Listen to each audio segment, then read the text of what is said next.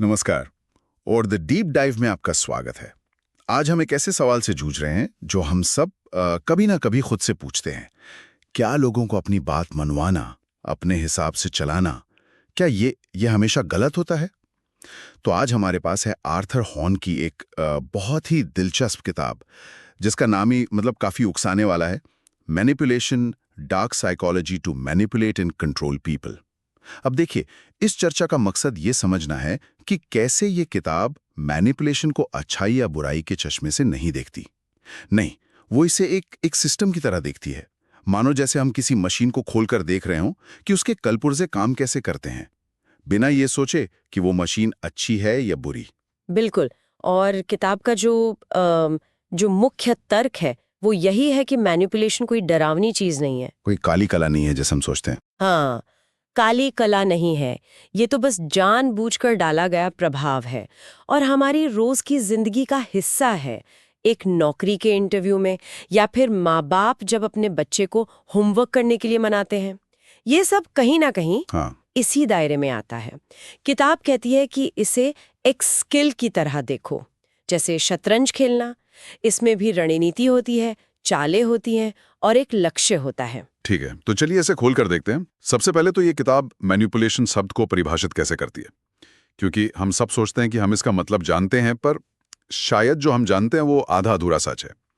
किताब की परिभाषा बहुत बहुत सीधी है और हैरान करने वाली भी है। वो कहती है कि मैनिपुलेशन जानबूझकर प्रभाव डालने का एक रूप है, जिसमें एक व्यक्ति यानी मैनिपुलेटर दूसरे व्यक्ति यानी लक्ष्य के व्यवहार को बदलने की कोशिश करता है। क्यों? ताकि वो अपने किसी लक्ष्य को हासिल कर सके। बस इतना ही। इसमें बुरा, गलत, धोखा जैसा मतलब कोई शब्द ही नहीं है। हाँ, ये तो एकदम न्यूट्रल परिभाषा है। यही तो इस किताब का सबसे बड़ा पॉइंट है। वो इसे नैतिक रूप से खाली करके देखती है। और यहाँ एक दिलचस्प बात यह है कि किताब इन चीजों को एक सीढ़ी की तरह समझाती है। सबसे ऊपर है प्रभाव, इन्फ्लुएंस, यानी किसी पर भी असर डालना। ये सबसे बड़ा दायरा है। उस सीढ़ी पर एक कदम नीचे है मैनिपुलेशन, जो इसी प्रभाव का एक खास तरीका है। और सबसे नीचे क्या है? वो है अनुनय, पर्सुएशन, यानी किसी को अपनी बातों से, तर्क से मनाना। एक मिनट। तो आप कह रही हैं कि किसी को समझाना, बुझाना, जिसे हम सबसे अच्छा तरीका मानते हैं, वो असल में मैनिपुलेशन का सबसे छोटा और अक्सर सबसे कमजोर हिस्सा है? हाँ, बिल्कुल। ये तो पूरी सोच ही पलट देता है। किताब यही कहती है। सोचिए, असल जिंदगी में कितनी बार ऐसा होता है कि आप किसी से बहस कर रहे हो और वो अचानक मान जाए, हाँ तुम सही हो, मैं गलत था। बहुत कम, शायद कभी नहीं। बहुत कम। तर्क से मन बदलना बहुत मुश्किल है। इसीलिए मैनिपुलेशन अक्सर दूसरे रास्तों का इस्तेमाल करता है। किताब में इसके कुछ उदाहरण तो होंगे ही। हाँ, बहुत अच्छी उदाहरण है। विज्ञापन को ही ले लीजिए। सोशल मीडिया पर जो इन्फ्लुएंसर हैं, वो किसी प्रोडक्ट की तारीफ करते हैं। वे आपको तर्क नहीं दे रहे होते। वो आपको एक लाइफस्टाइल, एक भावना बेच रहे होते हैं। उनका असली लक्ष्य आपको प्रोडक्ट बेचकर कमीशन कमाना। ये सीधे सीधे मैनिपुलेशन है। सही है। जहां हमारे व्यवहार को यानी खरीदने के एक्शन को उनके लक्ष्य के लिए मतलब पैसा कमाने के लिए बदला जा रहा है। बिल्कुल। और ये सिर्फ आज की बात तो होगी नहीं, मतलब इतिहास में भी। हाँ, बिल्कुल। किताब 1066 की हेस्टिंग्स की लड़ाई का एक शानदार उदाहरण देती है। विलियम द कॉन्करर की सेना एक मुश्किल स्थिति में थी। दुश्मन एक पहाड़ी पर बेहतर पोजीशन में था। तो विलियम ने क्या किया? उसने अपनी सेना को पीछे हटने का नाटक करने का आदेश दिया। रुको, मतलब लड़ाई जीतने के लिए एक तरह से फेक न्यूज का इस्तेमाल किया। हाँ, उन्होंने अपने दुश्मनों को ऐसी जानकारी दी जो सच नहीं थी, ताकि वो वैसी ही प्रतिक्रिया दें जैसी वो चाहते थे। एकदम सही पकड़ा आपने। दुश्मन को लगा कि वो जीत रहे हैं और वो जोश में पहाड़ी से नीचे उतर आए। जैसे ही वे अपनी मजबूत पोजीशन से हटे, विलियम की सेना ने पलटकर हमला कर दिया और लड़ाई जीत ली। ये सूचना को नियंत्रित करके व्यवहार बदलने का एक क्लासिक केस है। यहाँ कोई अनुनय नहीं था, सिर्फ शुद्ध रणनीति और धोखा। और ये सिर्फ लड़ाई के मैदान तक सीमित नहीं है। ऑफिस में वो सहकर्मी जो प्रमोशन के लिए मैनेजर की हर बात में हाँ मिलाता है, या वो बच्चा जो खिलौना खरीदने के लिए मॉल में जमीन पर लेटकर रोने लगता है। किताब के हिसाब से ये सब मैनिपुलेशन के ही अलग अलग रूप हैं। हाँ, बच्चे का रोना तो शायद इसका सबसे शुद्ध, सबसे स्वाभाविक रूप है। ये तो कमाल की बात है कि किसी को समझाना बुझाना सबसे कमजोर औजार है। तो फिर असली हथियार क्या है? किताब किन चीजों पर जोर देती है जो जो बातों से ज्यादा शक्तिशाली हैं। किताब 3 ट्रे औजारों या कह लें कि हथियारों पर ध्यान देती है। पहला है शक्ति। पॉर्फ। पर यहाँ शक्ति का मतलब सिर्फ बॉस होना या शारीरिक बल नहीं है। किताब इसे बहुत दिलचस्प तरीके से परिभाषित करती है। दूसरे लोगों को सफल होने में मदद करने की क्षमता। अच्छा, मतलब अगर मेरे पास किसी की मदद करने की ताकत है तो मेरे पास शक्ति है। हाँ ये तो पारंपरिक सोच से बिल्कुल अलग है। हाँ, अगर आप किसी को नौकरी दिलवा सकते हैं या किसी का काम आसान कर सकते हैं तो आपके पास उस पर शक्ति है। और इससे भी ज्यादा जरूरी है आपकी प्रतिष्ठा, रेपुटेशन।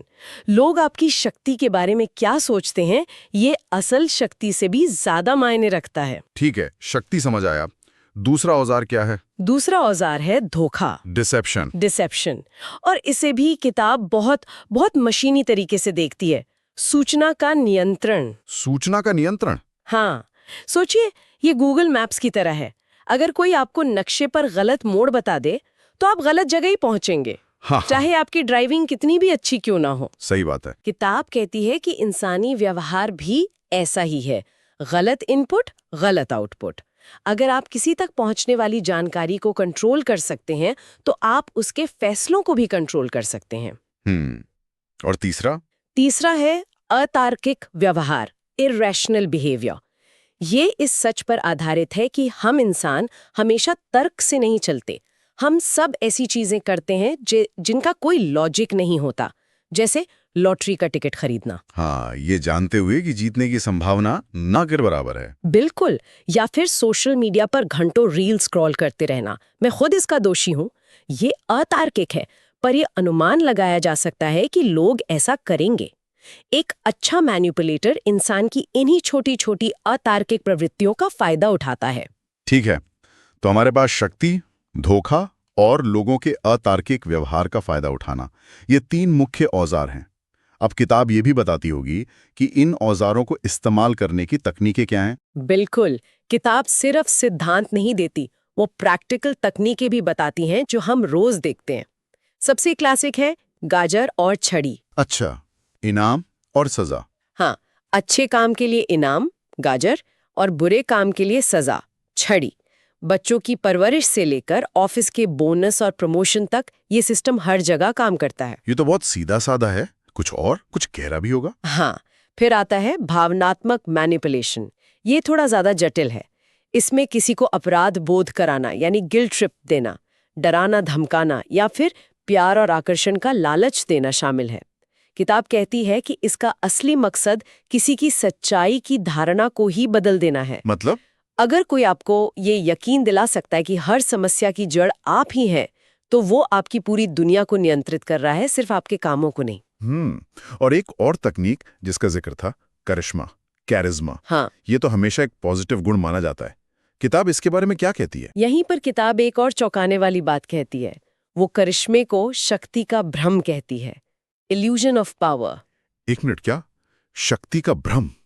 मतलब जो नेता, सीईओ या एक्टर हमें बहुत करिश्माई लगते हैं, वो शायद असल में शक्तिशाली ना हो, बस शक्तिशाली होने का हुनर जानते हो। ये तो पूरी पब्लिक इमेज की दुनिया पर ही सवाल उठा देता है। बिल्कुल। किताब के अनुसार करिश्मा असल शक्ति नहीं है, बल्कि शक्ति का एक बहुत ही मजबूत संकेत है। और यह 2 चीजों से मिलकर बनता है। एक, आत्मविश्वास, कॉन्फिडेंस, जो दिखाता है कि आप काबिल हैं, और दूसरा, हाजिर जवाबी, विट, जो दिखाती है कि आपका दिमाग तेज चलता है।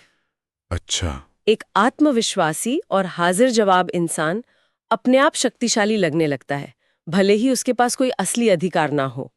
ये एक परफॉर्मेंस है। जाहिर है, धोखा, भावनात्मक मैनिपुलेशन, शक्ति का भ्रम, ये सब सुनने में बहुत असहज और थोड़ा डरावना लगता है। क्या किताब नैतिकता के पहलू पर भी बात करती है, या वो बस ये सारे हथियार हमारे हाथ में थमा देती है? वो नैतिकता पर बात करती है, लेकिन उस तरह से नहीं जैसी हम उम्मीद करते हैं। किताब कोई जजमेंट नहीं देती। वो ये नहीं कहती कि ये करो या ये मत करो। वो ये फैसला पूरी तरह से पढ़ने वाले पर छोड़ देती है कि उसकी अपनी सीमाएं क्या हैं। पर क्या ये थोड़ा खतरनाक नहीं है?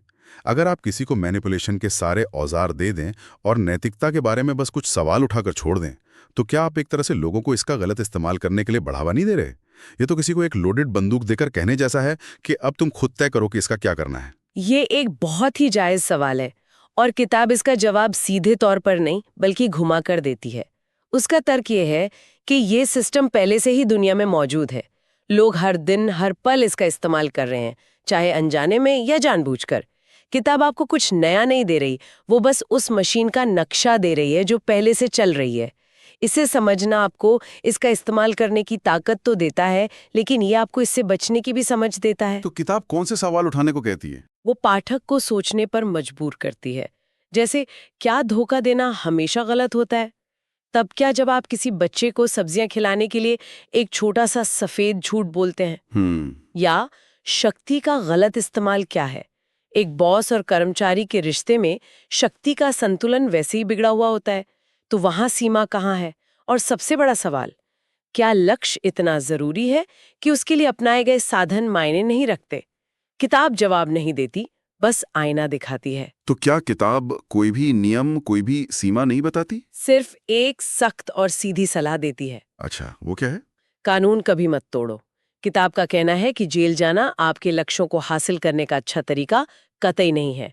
नैतिकता पर बहस हो सकती है, लेकिन कानून साफ है। ये एक बहुत ही प्रैक्टिकल लाइन है जो वो खींचती है। ये वाकई एक प्रैक्टिकल सलाह है। तो ये किताब सिर्फ एक फिलॉसफी नहीं है, ये एक एक्शन प्लान भी देती है। सही कहा, किताब एक बहुत ही व्यवस्थित 6 कदमों वाली योजना देती है।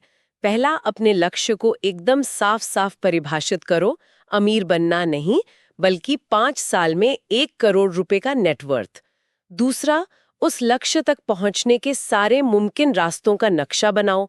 तीसरा, जानकारी इकट्ठा करो अपने बारे में और सबसे जरूरी दूसरों के बारे में। चौथा, रास्ते में आने वाले अवसरों और खतरों को पहचानो। पांचवा, एक्शन लो, सिर्फ सोचते मत रहो।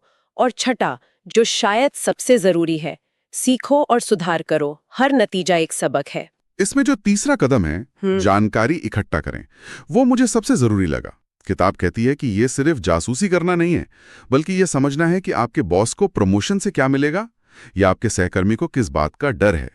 ये जानकारी ही असली शक्ति है ना? बिल्कुल, यह दूसरों के मन में झांकने जैसा है, लेकिन अटकलों से नहीं, बल्कि उनके कामों का विश्लेषण करके। किताब इस बात पर बहुत जोर देती है कि लोग जो कहते हैं उस पर ध्यान मत दो, वो जो करते हैं उसे देखो।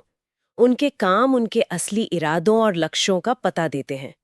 ये शतरंज के खेल जैसा है जहां आप अपने सामने वाले की अगली कुछ चालों का अंदाजा लगाने की कोशिश करते हैं। और इसी जानकारी इकट्ठा करने से जुड़ी एक बहुत ही यादगार और प्रैक्टिकल सलाह किताब देती है, जो मुझे बहुत पसंद आई।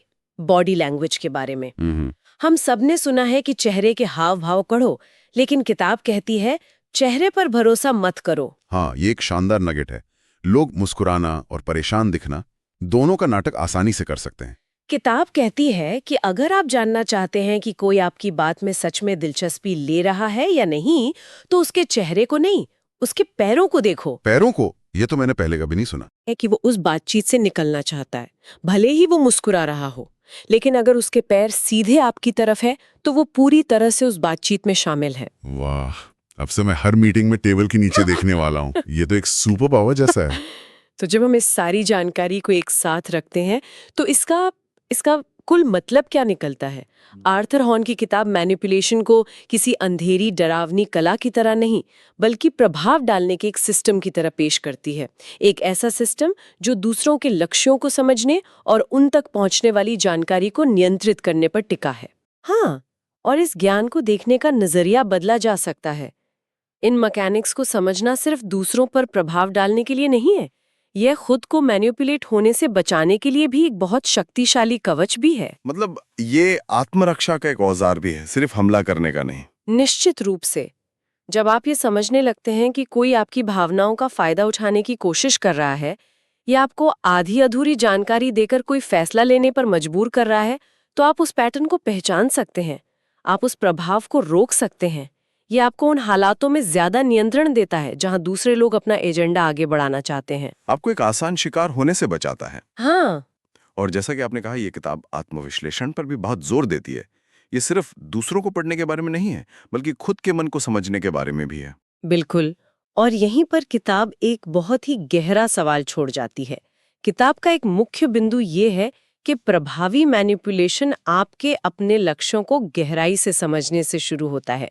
तो एक विचार जिसके साथ हम श्रोताओं को छोड़ सकते हैं वो ये है, अगर कोई अपने खुद के लक्ष्यों, अपनी खुद की इच्छाओं और अपने व्यवहार के पैटर्न को ही नहीं समझता, तो क्या वो अनजाने में किसी और के मैनिपुलेशन का एक साधन, उनके बड़े खेल का एक मोहरा मात्र बनकर नहीं रह जाता?